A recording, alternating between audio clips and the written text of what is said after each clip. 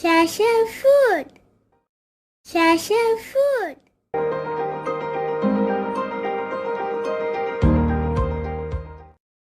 அனைவரும் நலம் பெற வாழ்த்துக்களோடு ஆரம்பம் செய்வோம். ரமதான் நோன்பு கஞ்சிக்கு தேவையான பொருட்கள் அனைத்தையும் சேர்த்து மிகவும் சுலபமாக ரமதான் முழு மாதமும் எப்படி ஸ்டோரேஜ் செய்வது, நோன்பு கஞ்சிக்கு ஸ்டோரேஜ் செய்கிறதிலிருந்து டேஸ்டியான வெஜிடபிள் நோன்பு கஞ்சி கரெக்டான அளவுகளோட கரெக்டான மெஷர்மெண்ட்டோட எப்படி செய்வது பார்க்கலாம். ரமதான் நோன்பு கஞ்சி செய்கிறதுக்கு ரெடி செஞ்சு ஸ்டோரேஜ் செய்கிறதுக்கு உள்ள அளவு முதல்ல சொல்லிடுறேன். 2.5 கப்பு அளவு பச்சரிசி எடுத்திருக்கேன். 2.5 கப்பு அளவு பச்சரிசிக்கு உள்ள ஸ்டோரேஜ் அளவு சொல்லிடுறேன். உங்களுக்கு தேவைப்பட்டால் அதிகமான அளவில் ஸ்டோரேஜ் செஞ்சு வச்சுக்கோங்க. பச்சரிசி 2.5 கப்பு சேர்த்துடுறேன்.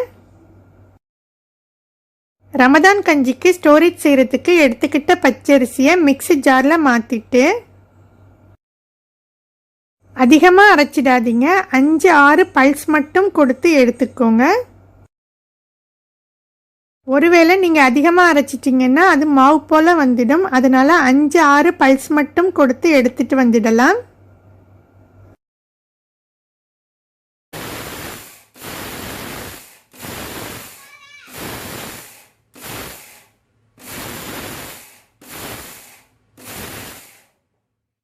அஞ்சு அல்லது 6 பல்ஸு கொடுத்து எடுத்திங்கன்னா அரிசி இதே போல் 1-2 உடஞ்சிருக்கும்.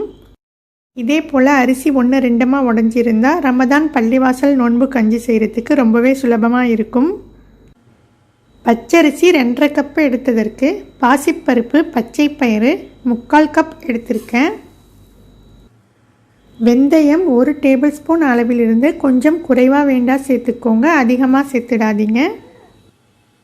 பச்சரிசி 2.5 கப்பு எடுத்ததற்கு 1/4 கப் அளவு கடலைப்பருப்பு சேர்த்துட்டு மிக்ஸி ஜாரில் மாற்றிட்டு 5-6 பல்ஸ் மட்டும் கொடுத்து எடுத்துகிட்டு வந்துடலாம்.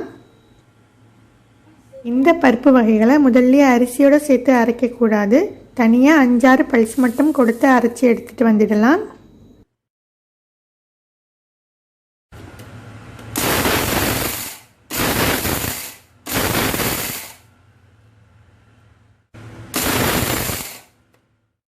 பருப்பு வகைகளை 5-6 பல்ஸ் மட்டும் கொடுத்து எடுத்துகிட்டு வந்தாச்சு. மிக்சியில் 5-6 பல்ஸ் மட்டும் கொடுத்து எடுத்ததற்கு பருப்பு வகைகள் இதே போல் 1-2 உடஞ்சிருக்கணும். ரொம்ப அதிகமாக அரைச்சிடாதீங்க, பருப்பு வகைகள் ரொம்ப மாவு போல் ஆகிடும். பச்சரிசி 1-2 உடச்சிக்கிட்டோம் இல்லையா, அதோட 1-2 உடச்சிக்கிட்ட பருப்பு வகைகளையும் சேர்த்துட்டு அரிசியோட பருப்பு மிக்ஸ் ஆகிறதுக்காக 4-5 பல்ஸ் மட்டும் கொடுத்து எடுத்துடுங்க.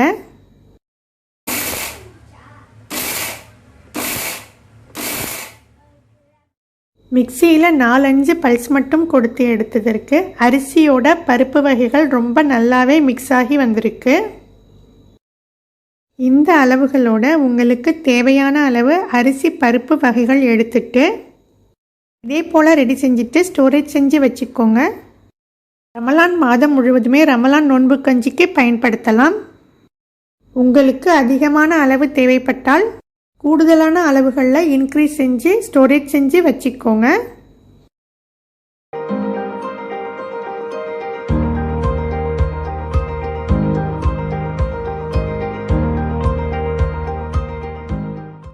ரமதான் பள்ளிவாசல் நோன்பு கஞ்சிக்கு ஸ்டோரேஜ் செஞ்சு வச்சுருக்கோம்ல, அதுலேருந்து 1/2 கப்பு எடுத்து முதலில் ரமதான் பள்ளிவாசல் வெஜிடபிள் நோன்பு கஞ்சி எப்படி செய்வது பார்க்கலாம். நான் இப்போ எடுத்திருக்கிற 1/2 கப் அளவு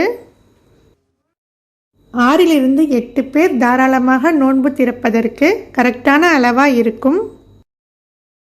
ப்ரெஷர் குக்கரில் 1 டேபிள் ஸ்பூன் பட்டர் அல்லது நெய் சேர்த்துட்டு 2 டேபிள் ஸ்பூன் எண்ணெய் சேர்த்துடுறேன்.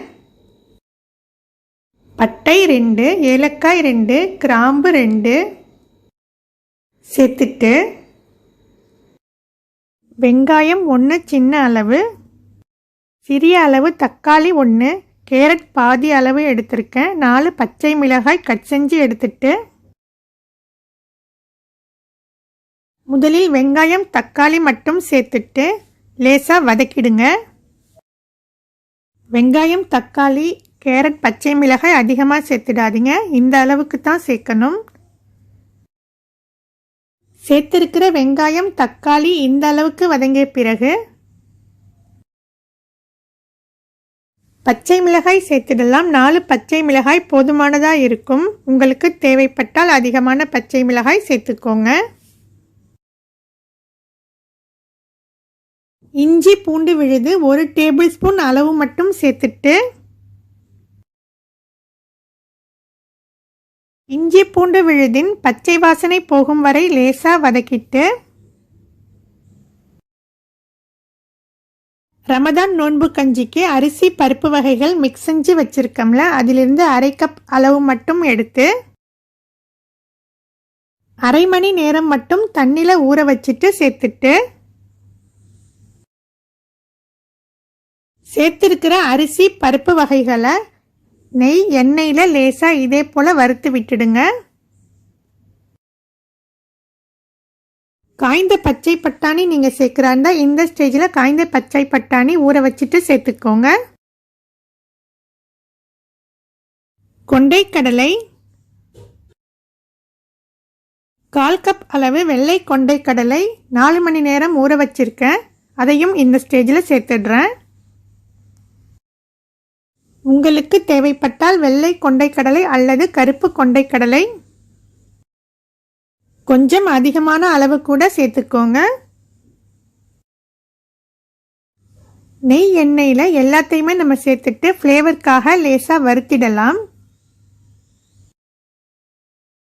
அரிசி பருப்பு எந்த கப்பில் நீங்கள் அளந்து எடுக்கிறீங்களோ அந்த அளவுக்கு 1 பங்கு அரிசி பருப்புக்கு 5 பங்கு தண்ணி சேர்த்துக்கோங்க. இப்போ நம்ம சேர்த்துருக்கிற தண்ணி போதுமானதாக இருக்கும். தேவைப்பட்டால் அதிகமான அளவு லாஸ்ட் ஸ்டேஜில் தண்ணி சேர்த்துக்கோங்க. பாதி அளவு கேரட் கட் செஞ்சு வச்சுருந்தோம்ல, அதையும் இந்த ஸ்டேஜில் சேர்த்துட்டு குக்கர் மூடி போட்டு 6 விசில் வரை விட்டு வேக வச்சு எடுத்துடலாம். ரமதான் பள்ளிவாசல் நோன்பு கஞ்சிக்கு 6 விசில் வரை வேக வச்சு எடுத்தாச்சு. அரிசி பருப்பு வேகிற வரைக்கும் இதுவரைக்கும் உப்பு சேர்க்கலை. இந்த ஸ்டேஜில் உங்களுக்கு தேவையான அளவு உங்கள் டேஸ்ட்டுக்கு தகுந்தாற்போல் உப்பு சேர்த்துக்கோங்க. நீங்கள் காய்ந்த பச்சை பட்டாணி சேர்க்கிறா இருந்தால் வெள்ளை கொண்டைக்கடலை ஊற வச்சு சேர்த்தோம்ல, அதோடு சேர்த்து ஊற வச்சு சேர்த்துடுங்க. நான் இன்னைக்கு வேக வச்ச ஃப்ரோசன் பச்சை பட்டாணி 1/4 கப் சேர்த்துடுறேன். உங்கள் விருப்பம் போல் தேங்காய் விழுது அல்லது தேங்காய்பால் சேர்த்துக்கோங்க. தேங்காய் விழுது சேர்க்கிறா இருந்தால் 3/4 கப் தேங்காய் விழுது சேர்த்துக்கோங்க.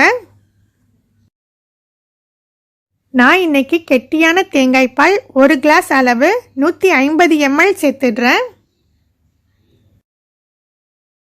கருவேப்பிலை இருந்தால் ஒரே 1 கொத்து கருவேப்பிலை இந்த ஸ்டேஜில் சேர்த்துக்கோங்க. தேவையான அளவு கொத்தமல்லி கீரை சேர்த்துட்டு கொஞ்சம் போல் புதினா சேர்த்துக்கோங்க. புதினா அதிகமாக சேர்க்கக்கூடாது, புதினாவோட ஃப்ளேவர் அதிகமாக இறங்கிடும். 2 நிமிடம் மட்டுமே கொதிக்க விட்டு அடுப்பிலிருந்து இறக்கிடலாம். தேங்காய்பால் சேர்த்த உடனே ரொம்ப கொதிக்கக்கூடாது, 2 நிமிடம் மட்டுமே கொதிக்க விட்டு இறக்கிடுங்க. ரமதான் பள்ளிவாசல் நோன்பு கஞ்சி ரொம்பவே ஈஸியாக டேஸ்டியாக வீட்லேயே ரெடி ஆகிடுச்சு. ரமதான் பள்ளிவாசல் நோன்பு கஞ்சிக்கு அரிசி பருப்பு ஸ்டோரேஜ் செஞ்சு வச்சதிலிருந்து ரமதான் பள்ளிவாசல் நான்வெஜ் நோன்பு கஞ்சி எப்படி செய்வதுன்னு அடுத்த வீடியோவில் பார்க்கலாம். இந்த வீடியோ பிடிச்சிருந்தா லைக் பண்ணுங்கள், ஷேர் பண்ணுங்கள், கமெண்ட் பண்ணுங்கள் அண்ட் இம்பார்ட்டன்ட் சப்ஸ்கிரைப் பண்ணுங்கள். தேங்க்யூ. அனைவரும் நலமுடன் வாழ வாழ்த்துக்களுடன் நிறைவு பெறுவோம். Share food. Share food.